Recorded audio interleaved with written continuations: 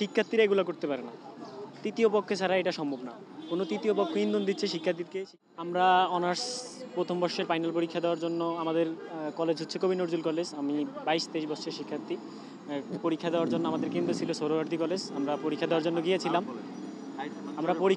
সোহরাওয়ার্দী কলেজে গিয়েছিলাম। যাওয়ার পরে পরীক্ষা শুরু হওয়ার 1 ঘন্টার মাথায় হঠাৎ বিকট শব্দ ক্যাম্পাসে। মুহূর্তেই রণক্ষেত্রে পরিণত করে ফেলাইছে এই মাহবুবুর রহমান মোল্লা কলেজের শিক্ষার্থীরা।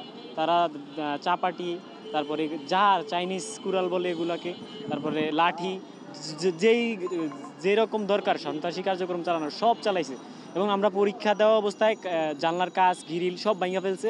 আমরা পরীক্ষা থেকে উঠে আসার পর আমাদের কবি নজরুল কলেজের অনেক শিক্ষার্থীকে মারধর করছে এবং আহত করছে। অনেকে ঢাকা মেডিকেল কলেজে ভর্তি আছে। হ্যাঁ, কবি নজরুল কলেজে অ্যাটাক করছে, কিন্তু ভিতরে ঢুকতে পারে না। আমাদের প্রশাসন আর কি, কলেজের প্রশাসন মোটামুটি করা ছিল এবং গেটটা শক্ত থাকার কারণে ঢুকতে পারে না। কিন্তু কবি নজরুল কলেজ, এই সোহরাওয়ার্দী কলেজে ওইটা ছিল না, কোনো প্রশাসনের নিরাপত্তা ছিল না। এরা মূলত সন্ত্রাসী, এরা শিক্ষার্থী হতে পারে না, সন্ত্রাসী। এবং অনেকগুলা কলেজ মিল্লা সন্ত্রাসী কিশোর গ্যাং মিলে এই আক্রমণটা চালায়। আপনার বিভিন্ন কলেজের সাথে আসলে এই যে ঝগড়াটা শুরু হয় বা ঝামেলা হচ্ছে, গতকাল রাতে আমরা দেখেছি যে গভীর রাতে